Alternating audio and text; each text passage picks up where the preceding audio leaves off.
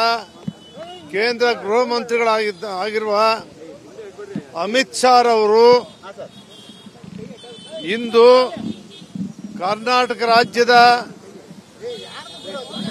28 ಲೋಕಸಭಾ ಕ್ಷೇತ್ರಗಳ ಬಗ್ಗೆ ಚರ್ಚೆ ಮಾಡಲು ರಾಜ್ಯ ಜಾತ್ಯತೀತ ಜನತಾ ಪಕ್ಷದ ಅಧ್ಯಕ್ಷರಾಗಿರ್ತಕ್ಕಂಥ ಎಚ್.ಡಿ. ಕುಮಾರಸ್ವಾಮಿ ಅವರು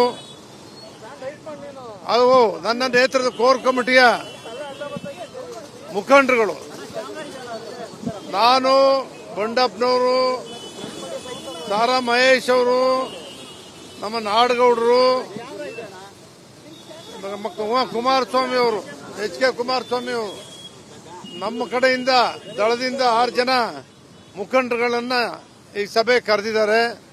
ಭಾರತೀಯ ಜನತಾ ಪಕ್ಷದ ಅಧ್ಯಕ್ಷರು, ಅವ್ರ ಮುಖಂಡರುಗಳು, ಅವರು 6 ಜನ ಬರ್ತಾರೆ. ಎರಡೂ ಪಕ್ಷಗಳ ಮುಖಂಡರುಗಳ ಸಭೆಯನ್ನ ಕರೆದು ಇವತ್ತಿನವರೆಗೆ ಚುನಾವಣೆ ಯಾವ ದಿಕ್ಕಲ್ಲಿ ಸಾಗ್ತಾ ಇದೆ, ಮುಂದೆ ಏನ್ ಮಾಡಬೇಕು ಅನ್ನೋದ್ರ ಬಗ್ಗೆ ಮುಕ್ತವಾಗಿ ಚರ್ಚೆ ಮಾಡಿ ಈ ಚುನಾವಣೆ 28 ಕ್ಷೇತ್ರಗಳನ್ನ ಗೆಲ್ಲಲಿಕ್ಕೆ ರಣತಂತ್ರವನ್ನ ರೂಪಿಸಬೇಕು ಅಂತಕ್ಕಂಥ ಗುರಿಯನ್ನ ಇಟ್ಕೊಂಡು ಬಂದಿದ್ದಾರೆ.